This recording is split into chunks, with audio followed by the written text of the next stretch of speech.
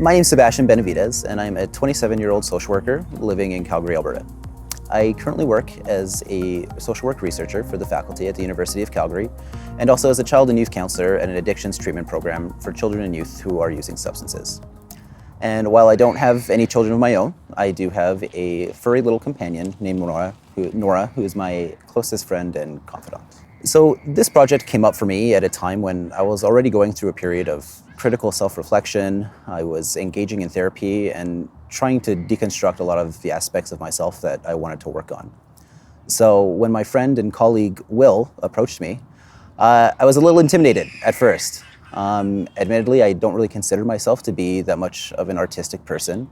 I've never really considered myself to fall under the umbrella of a typical man. Today I really consider myself to be a highly sensitive person who's in touch with their emotions and their feelings, even though I keep those thoughts and emotions quite close to myself. And I think that's largely because society and the world isn't all that interested in men's feelings, and we're a lot more focused on their aggression or physicality.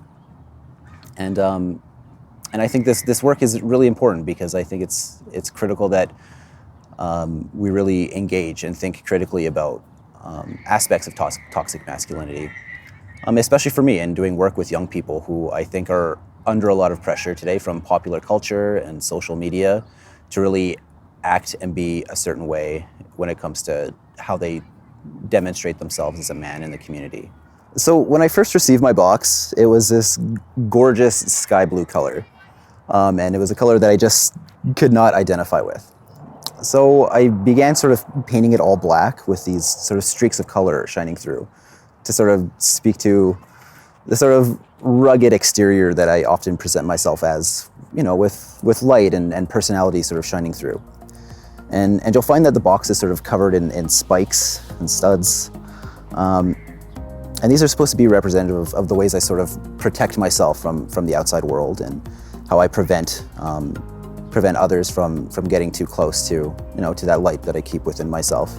I don't allow myself to expose that vulnerability or the things that I really hold true to myself that I don't feel like I can share with the rest of the world.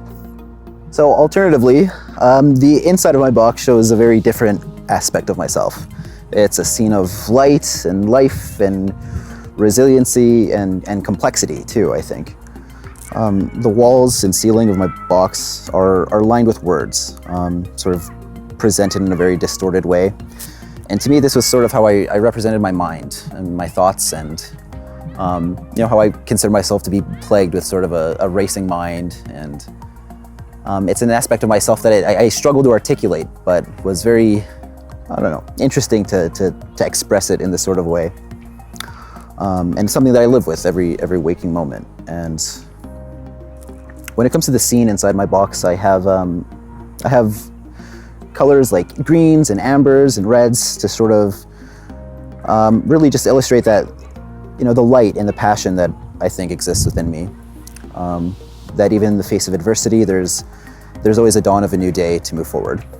And in the center, I have a little succulent plant. I chose a succulent because this is a plant that perseveres through hardship and endures in the face of adversity, and it's a part of nature that I relate with tremendously. I think it's a symbol of my own inner strength and my desire to always move forward. So this was an incredibly cathartic project for me. I really went into it without any sort of plan at all, just a few sort of relative ideas that I knew I wanted to incorporate.